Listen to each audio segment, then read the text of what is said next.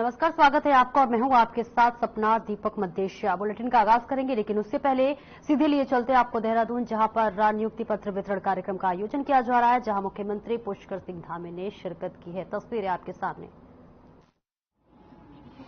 मेरा निवेदन महानिदेशक विद्यालय शिक्षा महोदय से, कृपया सचिव विद्यालय शिक्षा महोदय का भी आप पुष्पगुच्छ और शॉल देकर के स्वागत करेंगे। सर, संपूर्ण विद्यालय शिक्षा परिवार की ओर से महानिदेशक महोदय के द्वारा सचिव शिक्षा जी का भी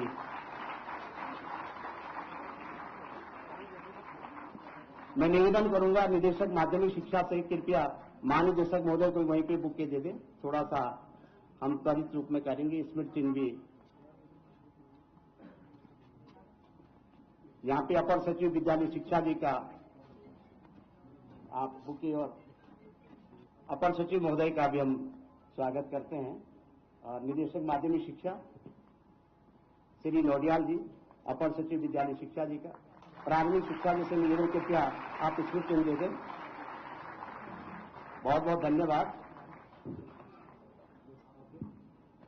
ये अपार हर्ष का विषय है। आप सभी से निवेदन कृपया आप स्थान ग्रहण कर लें।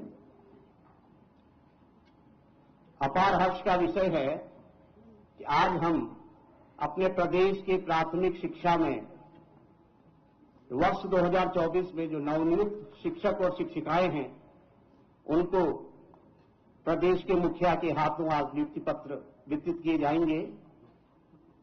मैं आमंत्रित कर रहा हूं महानिदेशक विद्यालय शिक्षा श्री बंशीधर तिवारी सर को, कृपया आए। माननीय मुख्य अतिथि माननीय शिक्षा मंत्री जी और अन्य अतिथियों का स्वागत करेंगे और साथ ही संक्षिप्त रूप में अपना यहाँ पे इसकी आख्या भी प्रस्तुत करेंगे। महानिदेशक महोदय।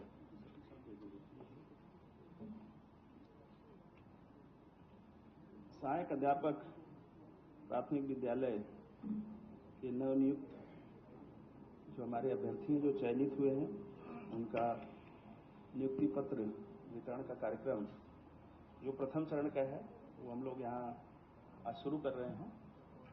इस अवसर पर पूरे विद्यालय शिक्षा विभाग के लिए यह गौरव का और अत्यंत हर्ष का विषय है कि हम सबको प्रेरणा देने वाले, प्रेरित करने वाले, अपना मार्गदर्शन देने वाले माननीय मुख्यमंत्री जी इस कार्यक्रम में आए हैं।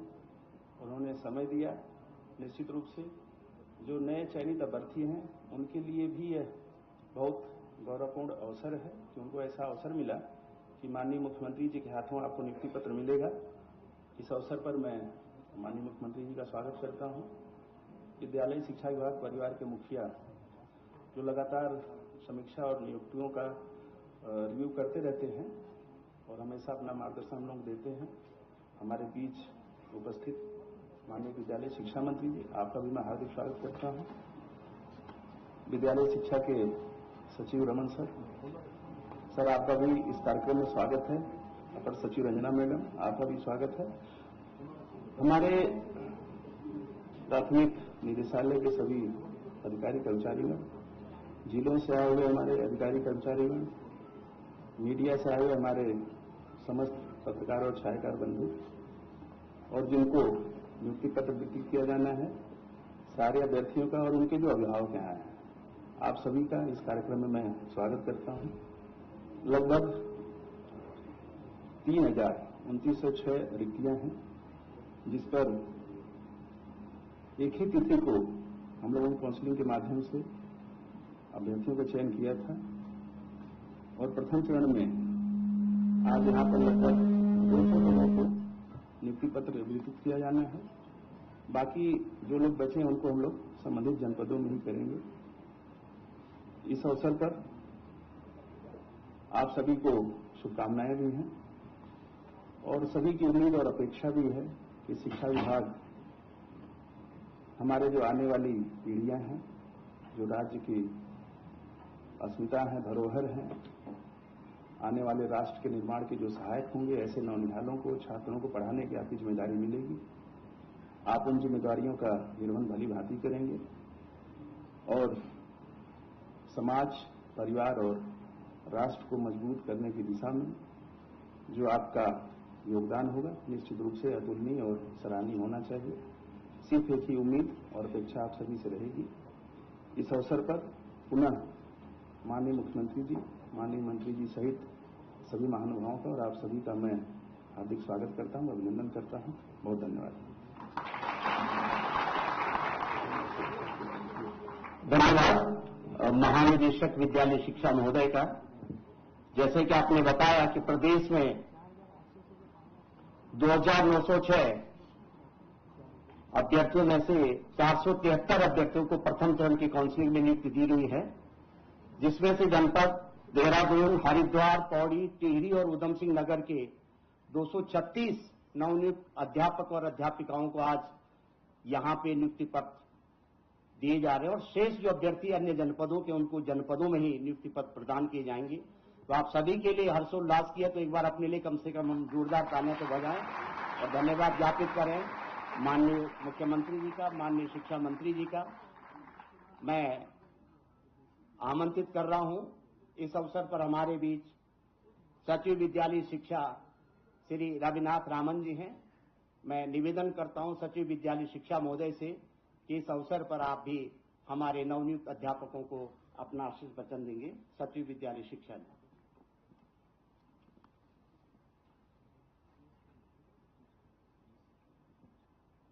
प्रदेश के माननीय मुख्यमंत्री जी श्री पुष्कर सिंह धामी जी, हमारे विभाग के माननीय विभागीय मंत्री जी डॉक्टर धन सिंह रावत जी, यहाँ पर उपस्थित महानिदेशक शिक्षा हमारी अपर सचिव रंजना जी, यहाँ पर उपस्थित शिक्षा विभाग के सभी वरिष्ठ अधिकारीगण और विशेषकर आज के जो हमारे मैं कहूँगा जो असली मुख्य अतिथि हैं, जो हमारे प्रारंभिक शिक्षा के शिक्षक हैं जिनको आज नियुक्ति पत्र वितरण किया जाना है। आप सभी का मैं बहुत बहुत सादर अभिवादन करता हूं और बहुत बहुत आज के इस कार्यक्रम में आप सभी का मैं स्वागत करता हूं। जैसा कि आप अवगत हैं कि इस प्रदेश सरकार की सबसे जो प्राथमिक एक जो प्रायोरिटी है वो ये है कि जो हमारे यहाँ पर रोजगार है, रोजगार का सृजन कराना और हमारे जो अधिक से अधिक युवा हैं उनको रोजगार के जो साधन है वो उपलब्ध कराना है। और इसी कड़ी में आप सब जानते हैं कि शिक्षा विभाग जो है कि बहुत महत्वपूर्ण विभाग है। हमारे यहाँ पर अधिकांश जो ग्रेजुएट्स हैं उनकी एक प्रेरणा होती है, उनका एक लक्ष्य होता है कि कभी न कभी वो भी जिस तरह से उन्होंने एक शिक्षा प्रणाली को ग्रहित करते हुए उन्होंने अपने क्वालिफिकेशन अर्जित की हैं, वो भी कभी न कभी नन्हे मुन्ने बच्चों को पढ़ाएं। तो ये एक हमारे जो समाज है, समाज की एक नींव भी है, क्योंकि हम न सिर्फ इस तरह एक रोजगार का सृजन कर रहे हैं लेकिन साथ साथ हमारे जो आने वाली पीढ़ी है उसके लिए हम जो एक पिलर है उसका एक जो स्ट्रेंथ है उसको हम लोग उसका निर्माण कर रहे हैं और नेचुरली इससे जो हमारा देश है, देश का भविष्य का निर्माण हो रहा है, हमारे राष्ट्र का निर्माण हो रहा है। तो आज उस कड़ी में मुझे अत्यंत प्रसन्नता है कि आज हमारे माननीय मुख्यमंत्री जी के कर कमलों द्वारा और हमारे विभागीय मंत्री जी के कर कमलों द्वारा जो नियुक्ति पत्र है ये वितरण किया जाएगा। मैं आपको एक आश्वस्त करता हूं कि जैसे हम लोग भी कभी ना कभी हम भी नौकरी में आए थे, हमने भी यूपीएससी के एग्जाम क्लियर की थी, आईएएस में आए थे, लेकिन इस प्रकार जो हमारी नौकरी थी, जो प्रथम नौकरी थी, शायद रंजना भी यहाँ पर है, वो भी वाउच करेंगी इस बात को, हमें कभी इस तरह से बुलाकर, हमें इस तरह से कभी हमारा सत्कार करके हमें नियुक्ति पत्र नहीं दिया गया था, क्योंकि ये हमारे करियर के, हमारे जीवन का सबसे स्वर्णिम समय होता है और ये एक मेमोरी होती है जब आप ये याद करेंगे कि आज आप अपने जीवन के एक बहुत महत्वपूर्ण पड़ाव में एंटर करने जा रहे हैं, जहां पर आप एक ऐसे सेक्टर में, एक ऐसे फील्ड में जा रहे हैं जहां सीधे सीधे या मैं प्रत्यक्ष अप्रत्यक्ष रूप से कहूंगा आप राष्ट्र निर्माण में आप जुड़ने जा रहे हैं। जो हमारी आने वाली भविष्य की जो पीढ़ी है उनको खड़ा करने के लिए, उनको एक अच्छी शिक्षा देने के लिए, उनको कल का एक भारत के जो एक समृद्ध नागरिक बनाने में आप अपना योगदान देने जा रहे हैं। तो ये एक बहुत ही स्वर्णिम पल है और मैं चाहूंगा कि इस पल को आप सदैव याद रखें और उसके साथ साथ ये भी रखें कि कितनी बड़ी जिम्मेदारी, कितनी बड़ी एक जो आपके ऊपर दायित्व है उसको आज डाला जा रहा है, क्योंकि आज आप भी इस जो हमारे राज्य सरकार के, प्रदेश सरकार, हमारे जो प्रदेश की एक जो प्रणाली है उसके स्तंभ बनने जा रहे हैं, आप भी उसका एक हिस्सा बनने जा रहे हैं और बहुत महत्वपूर्ण स्तंभ बनने जा रहे हैं। तो इसलिए आज का ये जो अवसर है, यह आपके जीवन के लिए भी बहुत महत्वपूर्ण है, राज्य के भविष्य के लिए बहुत महत्वपूर्ण है। और मैं यहाँ देख रहा हूँ सभी युवाओं के चेहरों पे चमक है, सब लोग बहुत उत्साहित हैं और आप अपने जीवन के पड़ाव में एंटर करना चाह रहे हैं। तो मैं बहुत अधिक न कहते हुए मैं पुनः इस शुभ घड़ी पर मैं सभी को आपको बहुत बहुत बधाई देना चाहूंगा। आप अथक परिश्रम से, आप मेहनत से आज आप इस पड़ाव पर आए हैं और इस पड़ाव पर आने के लिए सिर्फ आप ही नहीं, आपके जो अभिभावक हैं, आपके माता पिता हैं जिन्होंने आपको शिक्षा दी है, जिन्होंने आपके जीवन के जो नींव रखी है, वो सब भी बहुत आज इस उपलक्ष्य के लिए वो भी जो अभिवादन है उसके वो भी उसके लिए पात्र हैं और उनको भी मैं बहुत बहुत यहाँ से इस मन से उनका सादर अभिवादन करना चाहूंगा। और अंत में मैं माननीय मुख्यमंत्री जी, क्योंकि उनका बहुत व्यस्त समय रहता है, वो हमारे विभाग के लिए सदैव जब भी हम रिक्वेस्ट करते हैं वो तुरंत समय देते हैं हमें। हमारे माननीय मंत्री जी जिनके मार्गदर्शन में विभाग के सभी कार्य प्रणाली चल रही है, हमारी बहुत ही एक सशक्त टीम है, बहुत ही एक एफिशिएंट टीम है। हमारे शासन में जो अपर सचिव हैं रंजना जी पूरा समय ये कोशिश करती रहती है कि सारे हमारे जो विभाग के मामले हैं वो सुलझते जाएं। और हमारे डीजी साहब जो पूरे 24 घंटे, क्योंकि उनके पास और भी विभागों के कई महत्वपूर्ण दायित्व हैं, लेकिन वो पहली प्राथमिकता में जो शिक्षा विभाग है उसको पूरा अपना जो फोकस है उसमें रखते हैं और उसमें मेहनत करते हैं। हमारी सारी टीम जो डायरेक्टर्स हैं, एडिशनल डायरेक्टर्स हैं, हमारे जो और वरिष्ठ शिक्षकगण भी यहाँ पर आए हैं, हमारे जो संघ हैं उनके भी हमारे वरिष्ठ पदाधिकारी यहाँ आए हैं इस सब घड़ी का पाठ होने के लिए। और सभी को बहुत बहुत शुभकामनाएं। पुनः हमारे आज के मैं कहूँगा जो हमारे खास जो हमारे मेहमान हैं, जो युवा हैं, जो आज हमारे इस विभाग के अभिन्न अंग बनने जा रहे हैं, आप सबको और हमारे जो पत्रकार बंधु और हमारे मीडिया से जो भी बंधु आए हैं जो आज इसको कवर कर रहे हैं, मैं सभी को आज बहुत बहुत धन्यवाद देना चाहूंगा, बहुत बहुत अभिवादन करना चाहूंगा। बहुत बहुत धन्यवाद। जय हिंद, जय उत्तराखंड। और धन्यवाद सचिव विद्यालय शिक्षा महोदय का। और आपने जिस तरह से बताया कि आईएएस के रूप में जब चयनित हुए थे उनको भी ये अवसर प्राप्त नहीं हुआ, तो आप सौभाग्यशाली हैं कि हमारे प्रदेश के मुखिया के हाथों और खास तौर से विद्यालय परिवार के मुखिया दोनों के हाथों आपको नियुक्ति पत्र प्रदान किए जाएंगे। मैं अब सीधे आमंत्रित, क्योंकि समय का थोड़ा सा अभाव रहेगा, तो मेरा निवेदन रहेगा आप सबसे कि आप कृपया समय को थोड़ा ध्यान में रखें।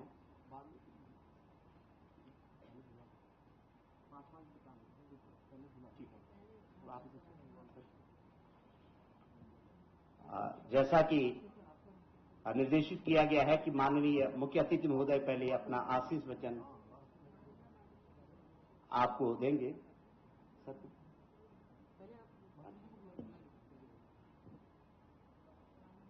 क्योंकि बहुत ही गरिमामयी समारोह है और हमारे बीच में हमारे परिवार के मुखिया माननीय शिक्षा मंत्री महोदय हैं, तो मैं आमंत्रित कर रहा हूं माननीय शिक्षा मंत्री महोदय को।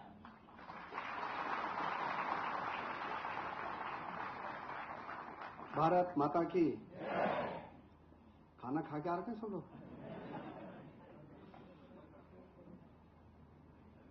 सम्मानित हमारे आदरणीय मुख्यमंत्री जी, एक बार सब लोग ताली बजाओ मुख्यमंत्री जी के लिए।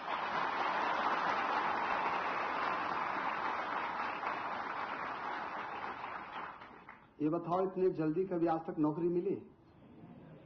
छठे दिन हमने नौकरी दे दी आज आपको। 10 तारीख को काउंसलिंग कराई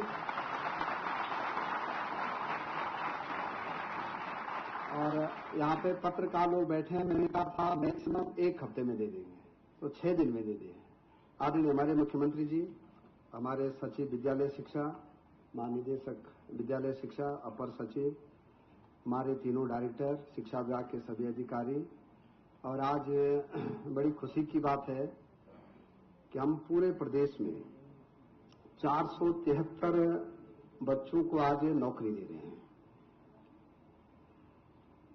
और उससे बड़ी खुशी की बात यह है कि टोटल 2906 लोगों को हम इस महीने नौकरी देने जा रहे हैं।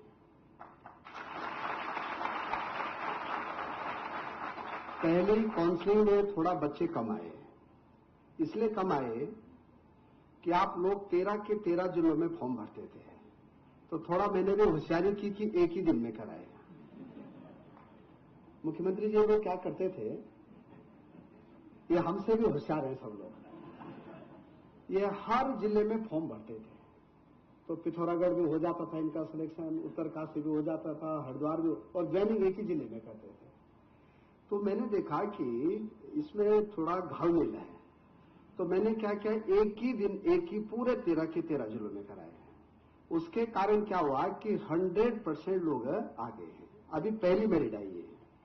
अभी 18 तारीख को एक दिन बाद फिर दूसरी काउंसलिंग होगी, और उसमें भी हम पूरे प्रदेश में एक ही दिन 13 के 13 जिलों में कराएंगे। उसमें मुझे लगता है कि लगभग 1500 टीचर आ जाएंगे, और फिर हम तीसरी काउंसलिंग कराएंगे। वो कराएंगे हम जब आप लोग ज्वाइनिंग कर लेंगे, नहीं तो फिर आप ऑप्शन में रहेंगे कि क्या पता तीसरी अच्छी जगह मिल जाए। तो इसलिए पहले हम आप लोगों की ज्वाइनिंग कराएंगे, फिर तीसरी काउंसलिंग कराएंगे। मैं ठीक कह रहा हूं और मुख्यमंत्री जी के सामने कह रहा हूं। तो इसलिए मैं आप लोगों को बहुत बहुत धन्यवाद देना चाहता हूं कि आप लोग अब हमारे स्कूलों में, मुझे लगता है कि अब टीचरों की कमी नहीं रहेगी। आज मैं माध्यमिक शिक्षा और बेसिक शिक्षा के निदेशक से कह रहा था कि मुख्यमंत्री जी, आपके और हमारी दिक्कत क्या थी, हम जब भी वो कलकांडा जाते थे, आप धारचूला गए, आप मुंशियारी गए, मैं भी जाता हूं, तो सारे लोग कहते हैं कि साहब टीचर नहीं है।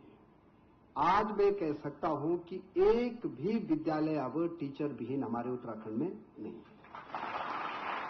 एक अब हम लोग अपने स्कूलों में जहां 10 से कम बच्चे वहां एक टीचर देंगे, जहां 10 से ज्यादा बच्चे वहां 2 टीचर देंगे। भारत सरकार तो कह रही है कि 30 बच्चों पे एक टीचर होना चाहिए, हम 10 बच्चों पे एक टीचर देंगे। तो जहां 10 बच्चे होंगे वहां एक टीचर देंगे, जहां 10 से ज्यादा होंगे वहां 2 टीचर देंगे, जहां 40 से ज्यादा बच्चे होंगे वहां 3 टीचर देंगे, जहां 70 से ज्यादा बच्चे होंगे वहां 4 टीचर देंगे, जहां 100 से ज्यादा बच्चे होंगे वहां 5 टीचर देंगे। ये हम प्राइमरी का एक पूरा ढांचा बना रहे हैं ताकि कोई भी विद्यालय जो है टीचर विहीन न रहे। माना जहां एक टीचर है वो अगर कभी छुट्टी चला गया तो बगल के स्कूल के जहां 2 टीचर हैं वो उस दिन व्यवस्था में वहां जाएंगे।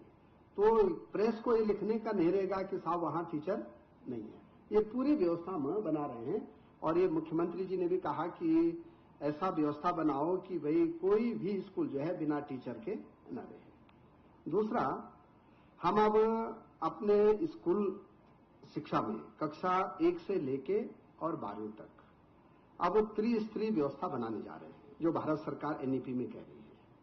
अब प्राइमरी एजुकेशन के लिए एक व्यवस्था बनेगी, एलटी के लिए एक बनेगी, और लेक्चरर्स के लिए बनेगी। ये हमारे बेसिक शिक्षा के टीचर्स की भी डिमांड थी और हमारे माध्यमिक शिक्षकों की भी।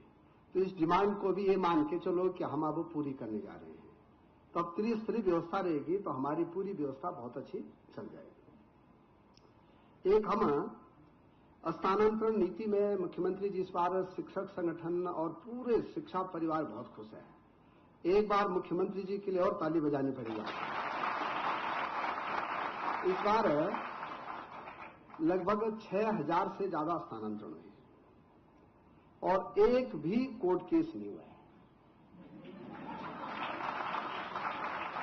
नहीं तो रमन जी का एक पांव जो है नैनीताल रहता था और एक शिक्षा निदेशालय में रहता था।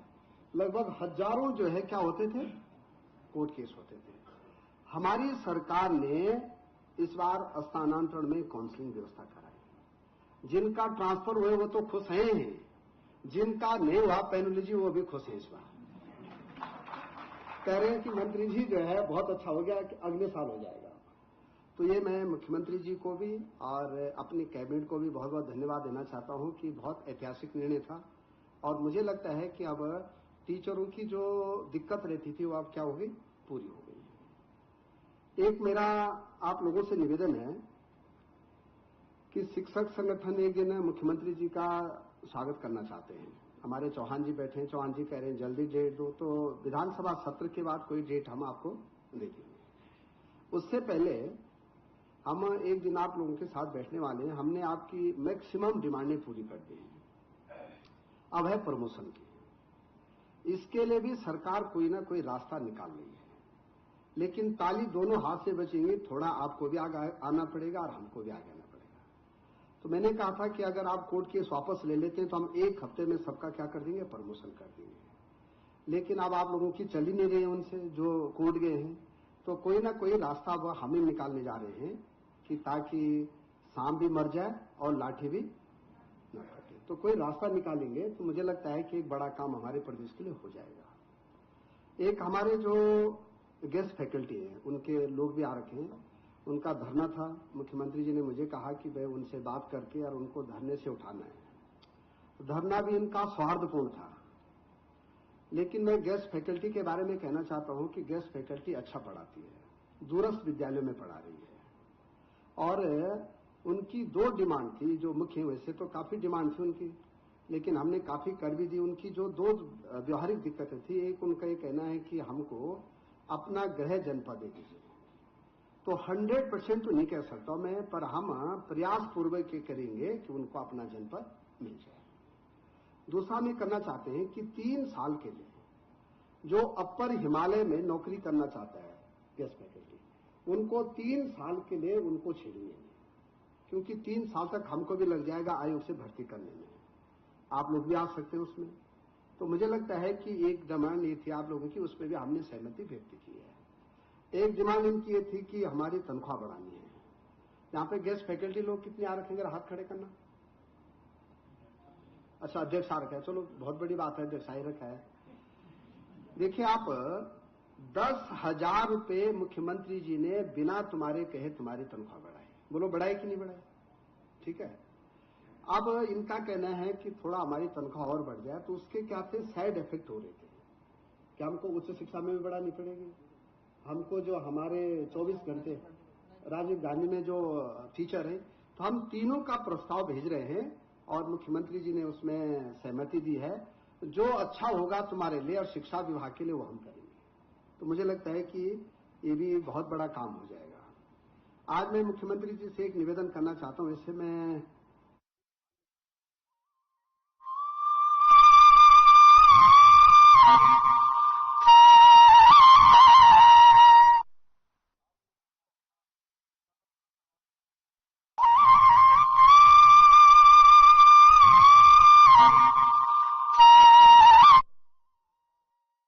विकास में हमको अहम भूमिका निभानी है।